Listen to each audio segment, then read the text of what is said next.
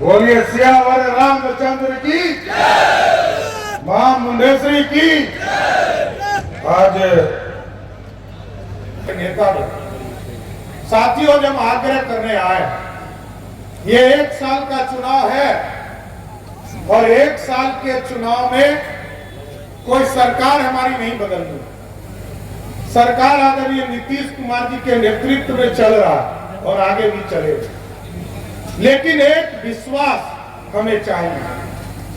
आपके बीच में हम पिछले लोकसभा चुनाव में हम हार गए, हम लोग उस चुनाव में भी आए थे आपके बीच में।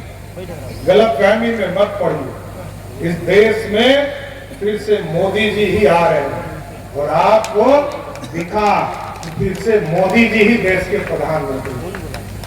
इसलिए रामगढ़ के लोगों से आग्रह करूंगा, हमारे भाई अशोक सिंह जी यहाँ उम्मीदवार हैं और इनको जिताने के लिए आग्रह करने आए।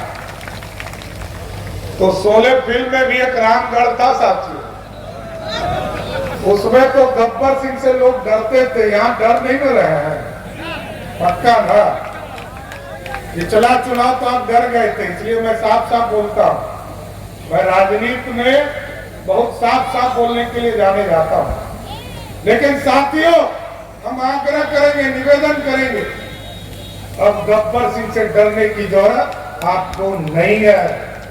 और गब्बर सिंह से नहीं डरोगे क्योंकि जो डर गया सो मर गया, जो नहीं डरेगा वही बिहार के कल्याण के लिए खड़ा हो पाएगा साथियों। इसलिए हम आग्रह करने आए कि देश में यशस्वी प्रधानमंत्री जी के नेतृत्व में भारत बढ़ रहा है और आपको कई बार सांसद बनाने का काम आपने किया है, लेकिन 2014 के बाद देखिए साथियों, आज देश में भारत कहां खड़ा है।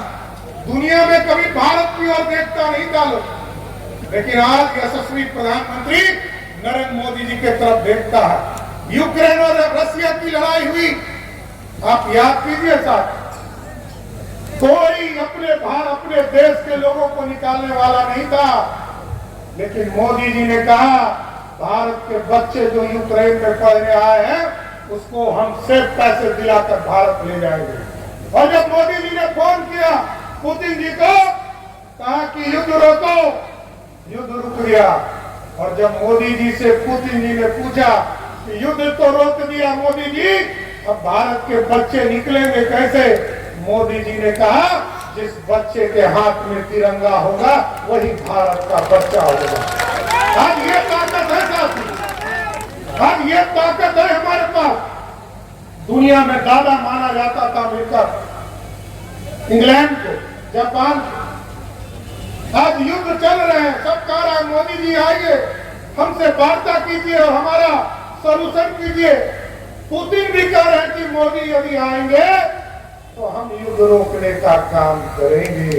ये है ताकत साथ, ये ताकत छुपी है और इसका पश्चाताप यही है कि अशोक सिंह जी को इतने वोट से चुनाव जिताइए कि भाजपा के लोगों को, एनडीए के लोगों को लगे कि रामगढ़ से भी समर्थन मिलने वाला।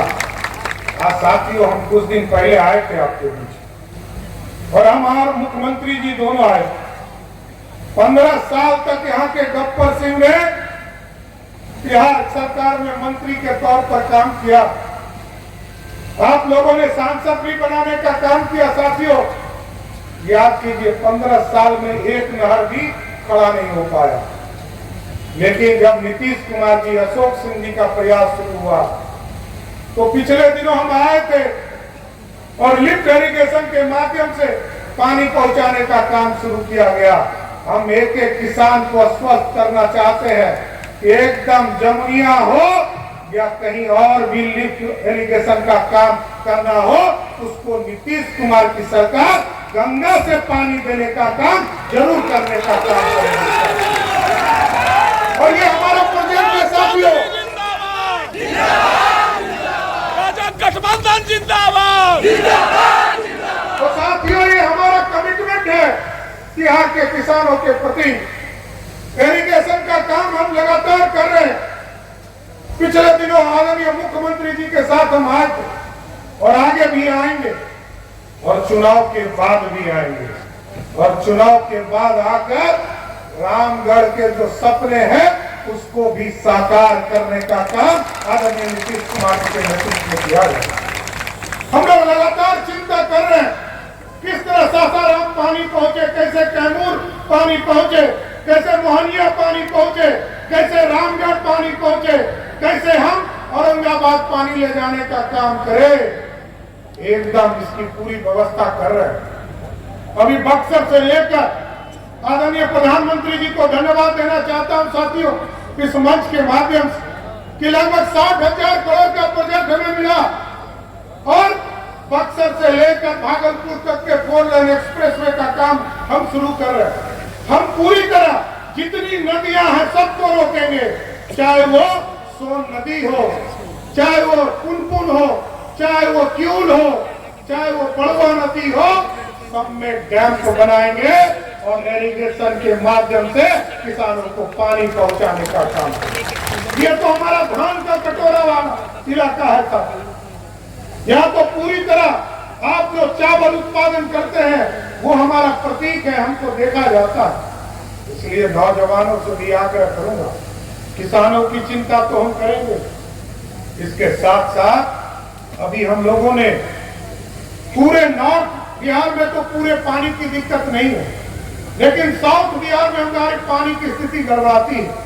हम लोगों ने तय किया है, जन भागीदारी के माध्यम से यहाँ बैठे हैं हमारे मंत्री राजभूषण निषाद। अभी मैं सूरत गया था साहब, और सूरत में जल शक्ति मंत्री आदरणीय CR पाटिल साहब ने एक व्यवस्था खड़ा किया और कई साथी यहाँ बक्सर कैमूर के लोग भी हमसे मिले। हजारों की संख्या में लोग दान करना चाहते हैं और आपके बीच में पानी लंबे समय तक ये जो बरसाती पानी है इसको रोकने का काम शुरुआत किया जाए। इसलिए साथियों आग्रह करूंगा कि लगातार नीतीश कुमार जी के राज में विकास भी हो रहे और आगे भी बढ़ाने का काम किया जाए। लेकिन साथियों हम नौजवानों को कहना चाहते हैं कि आप साथियों एकदम बेफिक्र रहिए। 15 साल तक लालू जी बिहार के मुख्यमंत्री रहे साथियों, 1 लाख लोगों को भी नौकरी बिहार में नहीं मिला, लेकिन नीतीश कुमार जी के नेतृत्व में 2005 से लेकर 20 तक हम लोगों ने 7.5 लाख लोगों को नौकरी देने का काम किया। इससे काम नहीं चलेगा, अब इससे काम आगे बढ़ाना है। 2020 में जब एनडीए की सरकार बनी साथियों, नीतीश कुमार जी ने 7 निश्चय पार्ट 2 लाया और कहा 10 लाख सरकारी नौकरी देंगे। हम आपको स्वस्थ करते हैं, अशोक सिंह जी को चुनाव जिताइए, 2025 में वोट मांगने आएंगे। 10 लाख नौकरी नहीं 12 लाख नौकरी देकर आपके बीच में वोट मांगने आएंगे। लोग कहते हैं बिजली बिजली बिजली आबाद, अरे बिजली सिर्फ अपने लिए नहीं होता, इस पूरे समाज के लिए होता है सर। और देश के यशस्वी प्रधानमंत्री जी को याद कीजिए, 2014 में प्रधानमंत्री बनने के बाद उन्होंने कहा कि हम 2016 तक गांव-गांव बिजली पहुंचाने का काम करेंगे। और नीतीश कुमार जी ने 2017 में एनडीए में आने के बाद कहा 2020 तक घर घर बिजली पहुंचाने का काम। पहुंचा कि नहीं पहुंचा? पहुंचा ना। हम मोदी जी ने कहा है साथियों, ये जो सूर्य बाबा है, ये जो भगवान सूर्य है, इनका आशीर्वाद लेना है और 1 करोड़ परिवार को हम सोलर युक्त बिजली देंगे और उसके घर में बिजली बिल आना पूरी तरह समाप्त करा देंगे, बिजली बिल मुक्त करने का काम किया जाएगा। इसलिए साथियों आग्रह और निवेदन कर रहे हैं, और बिहार की सरकार तो अपने आप में किसानों की चिंता करती रही है सब। जहां बिजली हम 3 रुपया 4 रुपया हम बाजार में 6 रुपया खरीदते हैं और आपको 2 रुपया 2.25 रुपया देने का काम करते हैं सर। लेकिन अभी हम लोगों ने तय किया कि हमारे जो किसान जो भी कनेक्शन लेने का काम करेंगे उसको मात्र 64 पैसे के हिसाब से प्रत्येक यूनिट बिजली देने का काम करेंगे साथियों। आप सोचिए, किसानों की चिंता, नौजवानों की चिंता, बेरोजगारों की चिंता। और अभी मंगल जी बता रहे, अभी बिहार में आपको जानकर खुशी होगी साथियों, हमको भी कुछ दिन तक स्वास्थ्य मंत्री के तौर पर काम करने का मौका मिला मंगल जी ने बहुत काम पहले से शुरू कर दिया था। साथियों, आयुष्मान भारत कार्ड जब कोई हॉस्पिटल में जाता है तो लोगों को लगता है कि हमारी माँ बहन को जेवर बेचना पड़ेगा, आपको अपने अकाउंट से पैसा देना पड़ेगा। लेकिन मोदी जी और नीतीश कुमार जी ने तय किया। मोदी जी ने 6,28,00,000 लोगों को, 6 करोड़ 28 लाख लोगों को मोदी जी का आशीर्वाद मिला और नीतीश जी का लगभग 3.25 करोड़ लोगों को, मतलब लगभग 10 करोड़ लोगों को आयुष्मान भारत कार्ड दिया। जिनको अनाज मिल रहा है, अनाज कितने लोगों को मिल रहा है? कभी हाथ उठाइएगा तो। जितने लोगों को अनाज मिल रहा है, मोदी जी की गारंटी है 5 लाख तक का किसी भी हॉस्पिटल में भर्ती होइएगा, उसका बिल मोदी और नीतीश कुमार पेमेंट करेंगे, आपको पेमेंट करने की जरूरत नहीं है। इसलिए इस विकसित भारत को बनाने के, ये हमारी सांस्कृतिक विरासत को बढ़ाने के उत्तर प्रदेश साथियों बढ़ चला। उत्तर प्रदेश में प्रभु श्री राम, जब हमारे जदयू समता पार्टी की कहा अशोक जी ने, जब समता पार्टी का निर्माण हुआ था, तब से जब एनडीए का समर्थन दोनों का साथ हुआ, तब हम लोगों ने कॉमन मिनिमम प्रोग्राम बनाया और कहा गया कि कोर्ट का निर्णय आएगा, उसके बाद भगवान श्री राम को स्थापित करने का काम किया जाएगा।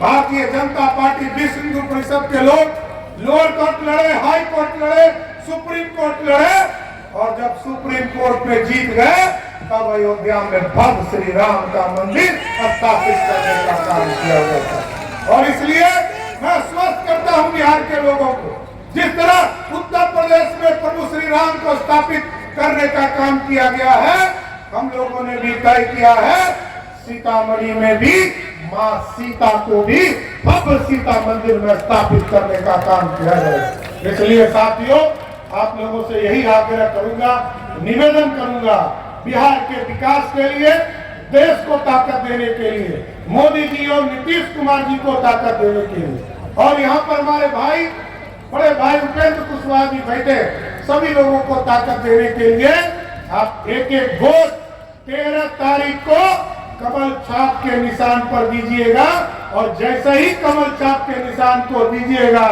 वैसे ही 23 तारीख को अशोक सिंह जी पटना पहुंच जाएंगे और आपका विजय हो जाएगा। तो जिताइएगा ना, पक्का ना? ताली बजाकर अशोक सिंह जी दीजिए। बहुत बहुत धन्यवाद। बहुत बहुत धन्यवाद। एक बार तालियों की गड़गड़ाहट से उप मुख्यमंत्री जी का स्वागत करिए। अब हमारे बीच